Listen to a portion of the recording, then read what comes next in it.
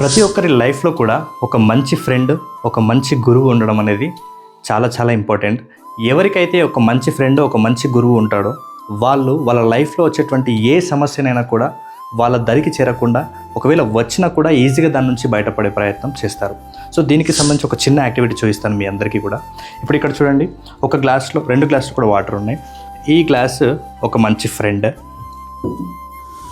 ఈ గ్లాసు ఒక మంచి గురువు అనమాట. అయితే ఇక్కడ ఈ చిన్న దీపం ఏదైతుందో, సో ఇది లైఫ్లో వచ్చేటటువంటి ప్రాబ్లమ్స్ అనమాట. సో ఎంత సమస్య అయినా నేను బయటపడవచ్చు అని చెప్పాను కదా, ఒక మంచి ఫ్రెండ్, ఒక మంచి గురువు ఉంటే. సో ఇప్పుడు మనము ఇది ఒక వ్యక్తి, ఓకేనా, ఇది ఒక రాజు అని ఒక వ్యక్తి అనుకుందాం. ఈ వ్యక్తికి ఒక మంచి గురువు లేడు, ఒక మంచి ఫ్రెండ్ కూడా లేడు.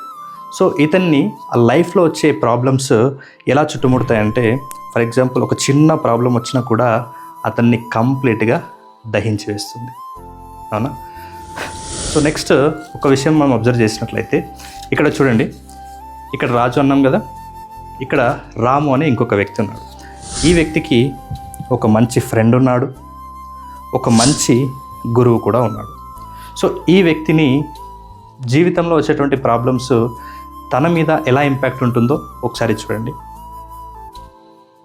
ఎన్నో పెద్ద పెద్ద సమస్యలు, తన వయస్సులో ఏ సమస్య ఎక్కడి నుంచి వస్తుందో తెలీదు, కానీ తన మీద ఎలా ప్రభావం ఉంటుందంటే, ఇంతసేపు ఆ సమస్య దగ్గర ఉంచినా కూడా అసలు దీనికి ఎలాంటి ఫైర్ కూడా అంటలేదు.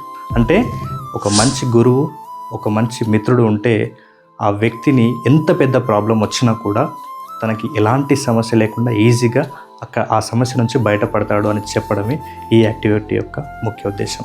సో ఈ యాక్టివిటీ కనుక మీకు నచ్చినట్లయితే మన ఛానల్ని ఫాలో చేయండి. అలాగే మరిన్ని స్టడీ అప్డేట్స్ కోసం నేను కండక్ట్ చేసే వర్క్షాప్స్ కావాలన్నా కూడా మన ఛానల్లో అప్డేట్ ఇస్తాను. సో ఈ రీల్ని వెంటనే మీ మంచి గురువుకి, మీ ఫేవరెట్ గురువుకి, మీ మంచి మిత్రుడికి షేర్ చేసి I love my Guru and friend అని కామెంట్ బాక్స్లో టైప్ చేయండి. Thank you so much. నేను మీ వంశీకృష్ణ, సైనింగ్ ఆఫ్. జై హింద్.